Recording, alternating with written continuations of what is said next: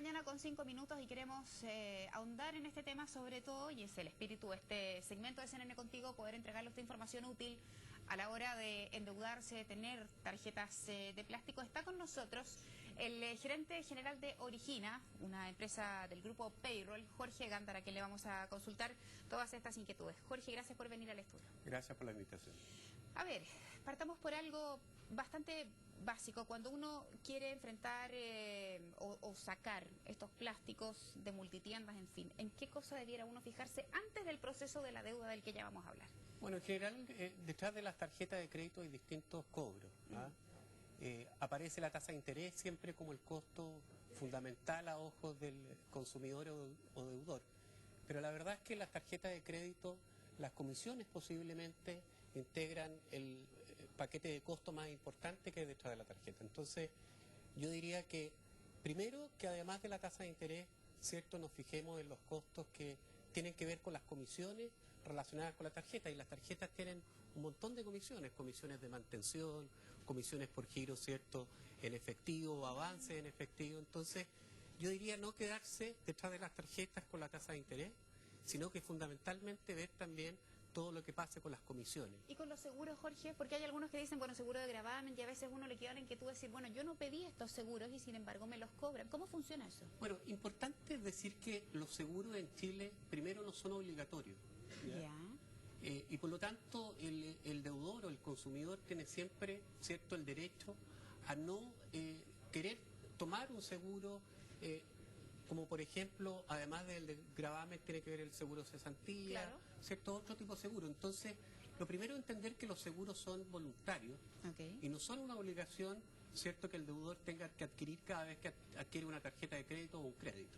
Recién hacías alusión, Jorge, a esto de las tasas de interés, que normalmente es lo que uno se fija. ¿Qué es este concepto, si nos pudieras explicar, de la tasa máxima convencional, que a partir del caso La Polar es un concepto que se ha utilizado mucho y que nos da la sensación que la gente no lo tiene tan claro? Bueno, la tasa máxima convencional es una tasa, ¿cierto?, que corresponde al 50% de los intereses corrientes principalmente de las instituciones financieras reguladas por la Superintendencia de Banco. Entonces, lo que se hace, ¿cierto?, periódicamente es que se ve cuál es el costo promedio, la tasa promedio, que es la tasa corriente que informan los bancos, ¿cierto?, respecto de sus créditos, dividido en plazo y en monto, y sobre eso se calcula un 50% adicional al promedio de la tasa de interés corriente, y eso es lo que se conviene como tasa máxima convencional.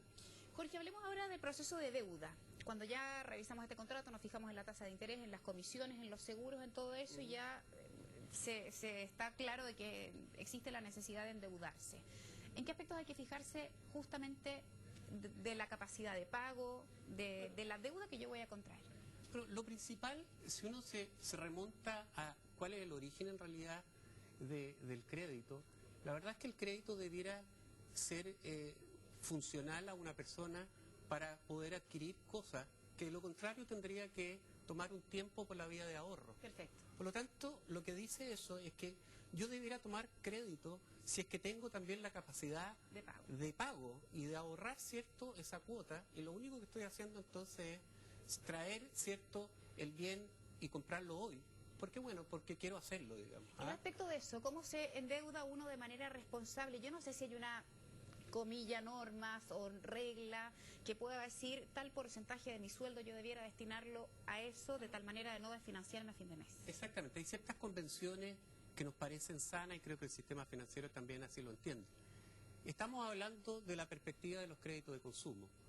En los créditos de consumo parece razonable que una persona o una familia, respecto a sus ingresos, no destine más del 15% de su ingreso neto, ¿cierto?, personal o familiar, a pagar deudas de consumo.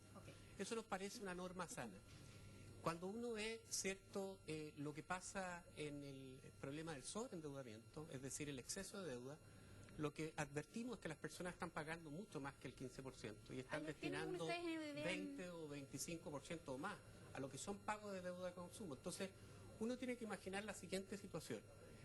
Una familia por lo general también quiere comprar una casa, entonces, ¿cierto?, desde el punto de vista del dividendo, también es sano y razonable que esa familia o esa persona no destine más de un 25% de su ingreso líquido a pagar dividendos. Okay. Entonces, si tenemos 25% por el lado de dividendos y tenemos 25% por el lado de consumo, lo que significa que una familia está destinando, ¿cierto?, el 50% más de sus ingresos a pagar, ¿cierto?, entonces deuda. Y la pregunta es, ¿muchas familias pueden vivir entonces con el otro 50% y absorber los gastos fijos y los gastos complementarios que toda familia tiene? La verdad es que, entonces, en resumen, nos parece que respecto de deudas de consumo, un 15% de carga financiera mensual respecto a su renta líquida nos parece razonable. Jorge, quiero invitarte a hacer una pausa muy breve, vamos a ir al corte y al regreso vamos a seguir conversando con el gerente general de Origina respecto del endeudamiento.